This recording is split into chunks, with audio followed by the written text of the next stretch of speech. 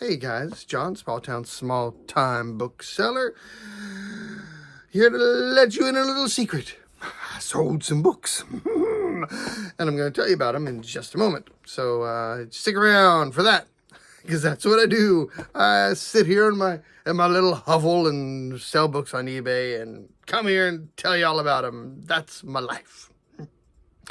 So yeah, we're going to talk about them in just a minute, because I do sell books on eBay, try to at least, and then I'll tell you about them, and that's all I do. These are my videos. This is what I like to do. I don't do the garage sale videos. I don't do yard sale videos.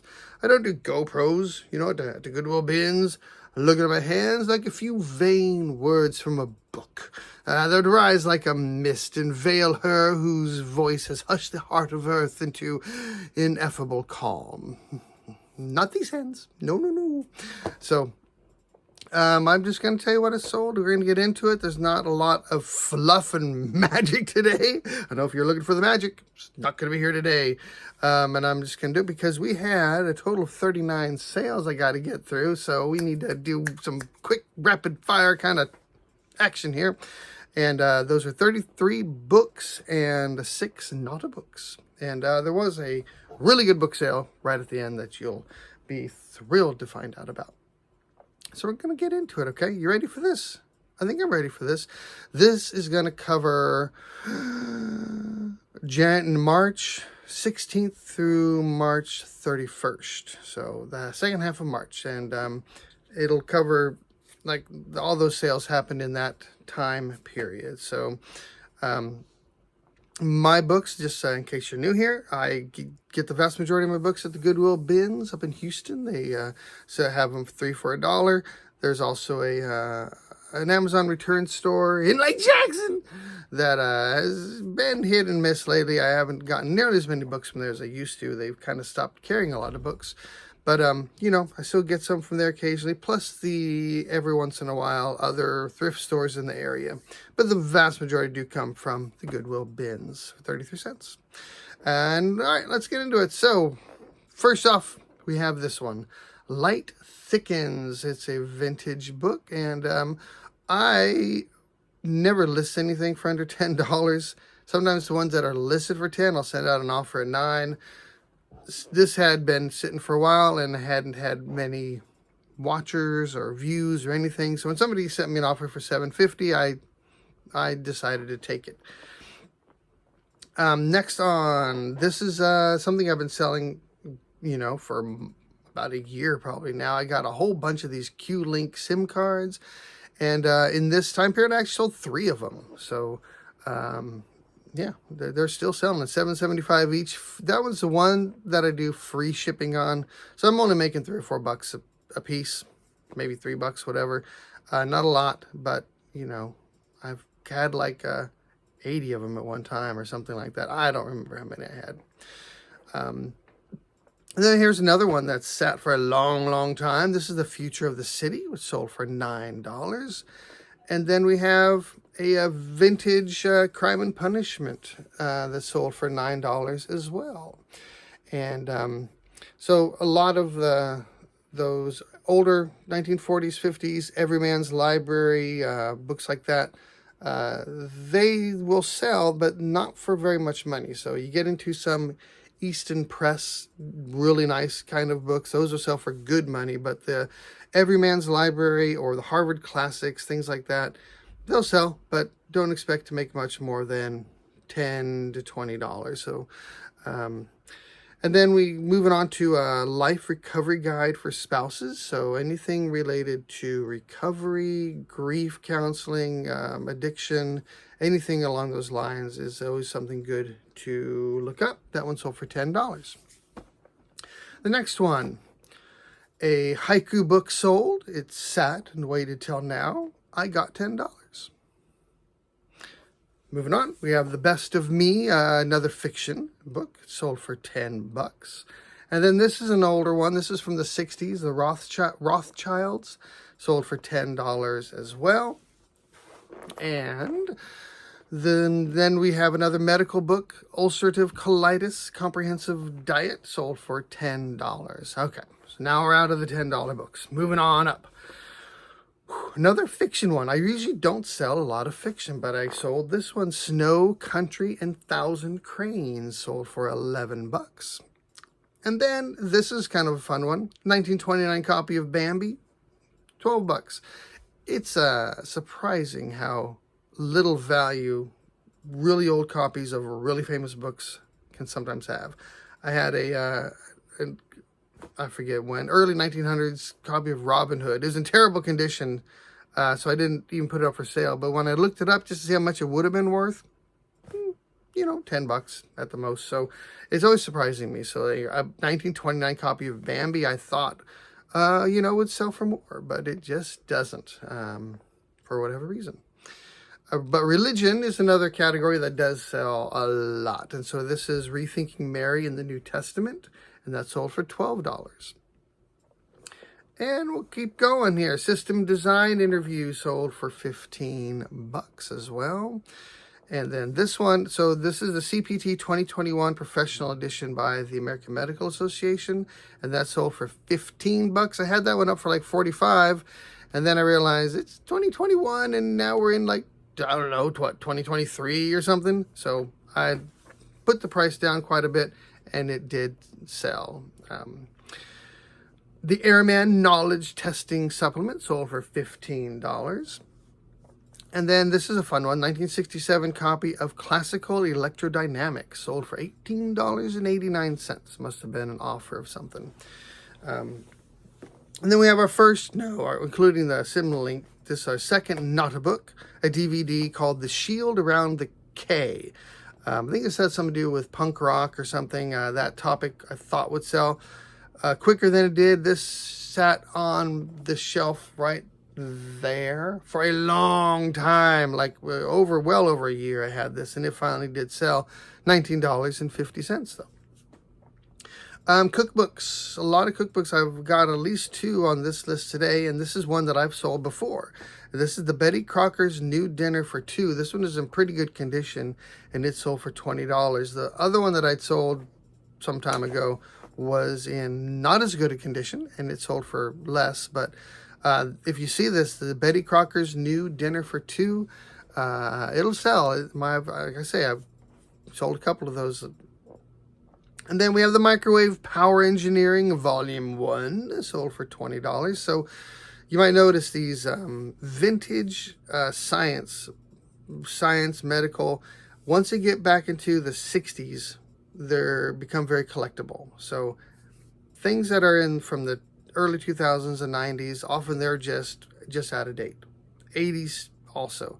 When you get back into the 70s, it starts to become more collectible. 60s and earlier for sure, with things like technology, medical, things like that. Once you get into the 60s and earlier, then you can start looking at selling them for the collectible value of them. Here's another book that I've sold multiple copies of, the Project 369, Key to the Universe. I just got another one at the bin drop in Lake Jackson just a week or so ago, so I haven't listed it yet, but this one sold for 20 bucks. So if you see that one, anything with the Project 369, there's journals, there's notebooks, there's all kinds of things related to that. They'll sell. So definitely pick anything up that you see related to Project 369. And then the next one was, I believe this is a fiction also. It may not be, actually. I didn't look too closely at it. The Memoirs of an Amnesiac, sold for $20. And then another Not a Book. So this was a fun one. So I was at the Goodwill bins, and I saw these cards. They're kind of like the size of old tobacco cards, if you know those T206 kind of tobacco cards. Are smaller, not like a baseball card, but smaller than that. And they were all in protective sheets, of these sheets with 5 cards in them. So these little plastic sheets with 5 cards. And there was tons of them. And they were of all different subjects. Some were cars and famous people and famous places and animals and dinosaurs and rocks and everything you can imagine. And they're all from the Brook Bond Tea Company in the 70s. So probably they came with tea. I'm assuming you'd buy a box of tea and they'd come with some cards or something like that. But I had over 350 of these guys. And as I'm trying to look them up, I'm finding some have some value, some, there's other just lots for sale, and some individual ones for sale. I decided not to spend all of my time trying to figure out which ones were valuable and which ones weren't, and I just put them all up for sale for a lot. And luckily I got a couple people that kind of bid against each other a few times, and ended up selling the lot for $20.50 plus shipping. So I was pretty happy with that, because when I bought them, they would have been, what would have been, like $1.89 a pound. So the whole lot probably cost $1.89 or maybe $2 or $3 at the most. But there's a lot of cards. And so they did sell pretty quickly. So I put them on a 1-week auction and had several bids on it. Moving on, we have the pattern making for fashion design. So for $21. This next one's a fun one. So anything related to civil rights era. So we're talking 1960s.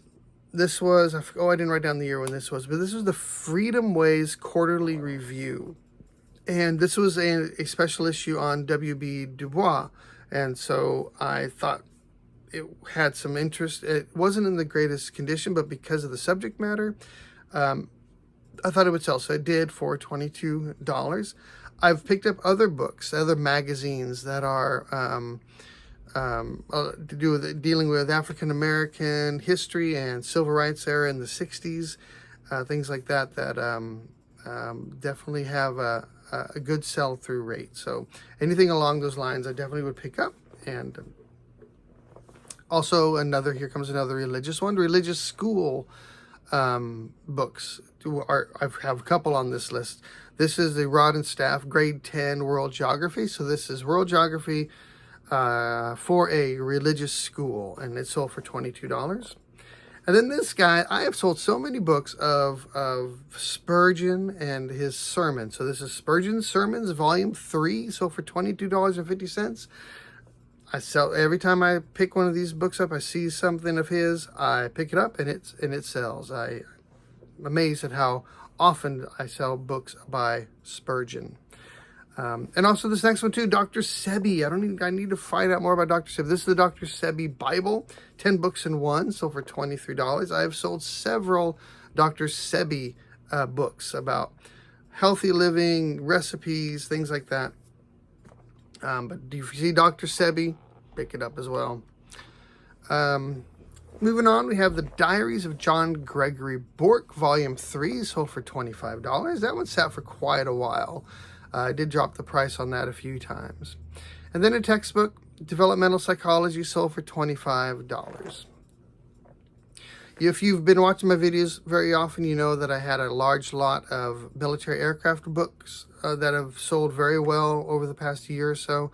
And in that lot, there are also some train books. So books on trains also sell besides the aircraft ones. So I finally sold one of those. This is Classic Freight Cars, Volume 11, and it sold for $30. It's a tiny little thing, real thin. $30 for that. I was pretty happy. Another DVD set, WKRP, Seasons 1 through 4, DVD set, sold for $30.